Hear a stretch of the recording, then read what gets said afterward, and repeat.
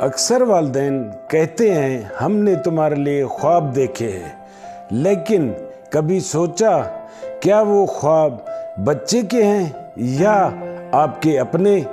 ہر بچہ الگ ہوتا ہے، کسی کو رنگوں میں سکون ملتا ہے، کسی کو الفاظ میں اور کسی کو حساب کتاب میں۔ جب آپ اسے اپنی مرضی کی سمت دھکیلتے ہیں وہ کامیاب تو ہو جاتا ہے مگر خوش نہیں رہتا۔ بچوں کو خواب دکھائیں مگر انتخاب کا حق بھی دیں، کیونکہ زندگی تب روشن ہوتی ہے جب انسان اپنی خواہش کے پیچھے چلتا ہے، کسی کے دباؤ کے نہیں۔ محبت کا مطلب کنٹرول نہیں، اعتماد ہے کہ میرا بچہ اپنا راستہ خود بنا سکتا ہے۔